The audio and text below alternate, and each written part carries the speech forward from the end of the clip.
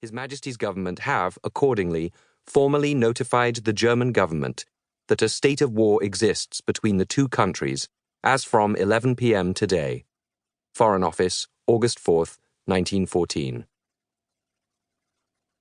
The Prosciuttian. Volume 49, number 741. October 17th, 1914. Price, 6d. Killed in action. Beasley, 2nd Lieutenant LSW, Wiltshire Regiment, September 20th, age 22. Hickman, Lieutenant M.E., Worcestershire Regiment, aged 20. Milling, Lieutenant L., Gordon Highlanders, aged 23.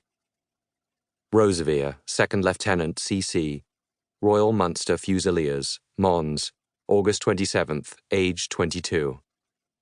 Scott Moncrief, Captain, M.M., King's Liverpool Regiment, September 20th, aged 25. Straker, 2nd Lieutenant H.A., Royal Munster Fusiliers, Mons, August 27th, aged 18. Died of wounds. Conlon, Lieutenant G.T., West Yorkshire Regiment, aged 21. Cuthbert Smith, Lieutenant S., Northumberland Fusiliers, Mons, August 24th, aged 18. Hill, Lieutenant A., 19th Lancers, Indian Army, aged 19. Wounded. Day, Lieutenant H.J., Middlesex Regiment. Hattersley, Major F.K., Royal Field Artillery. LaHunt, Lieutenant R., Royal Scots.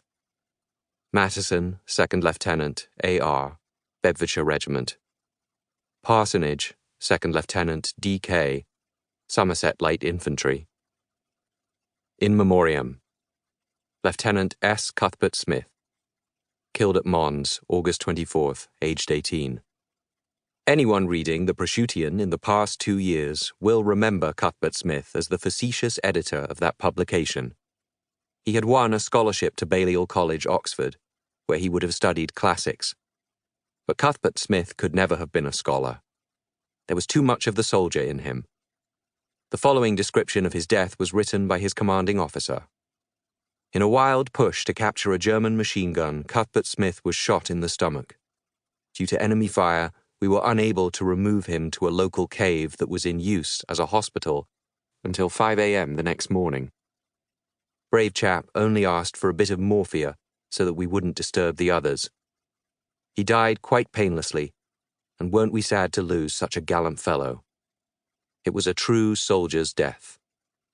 We at Prosciut can only regret his loss and envy his noble death, which any one of us would gladly suffer for our country. S.A. Ward. 2nd Lieutenant C.C. Roseveare. Killed at Mons, August 27th, aged 22.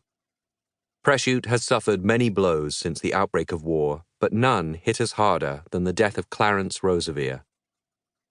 He leaves behind 2 brothers in the 6th form, including our illustrious head boy. Clarence himself was head boy. But his death, like his life, was honourable and manly, coming close to touching perfection in its English gallantry. Extract from a letter from his commanding officer. He came past me with a very cheerful face and laughing, under a very hearty crossfire from machine guns, and sang out to me, "Shall I push on?" And I answered, "Go on, laddie, as hard as you can." Poor lad, he was shot through the heart shortly after. I placed him in a trench, hoping that the wound would not be fatal. The only words to me were, "Don't mind me." When I... Continued page 3.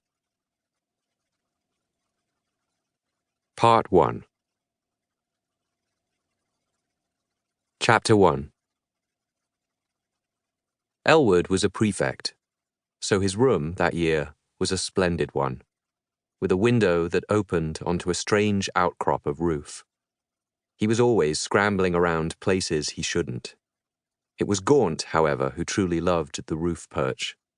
He liked watching boys dipping in and out of Fletcher Hall to pilfer biscuits. Prefects swan.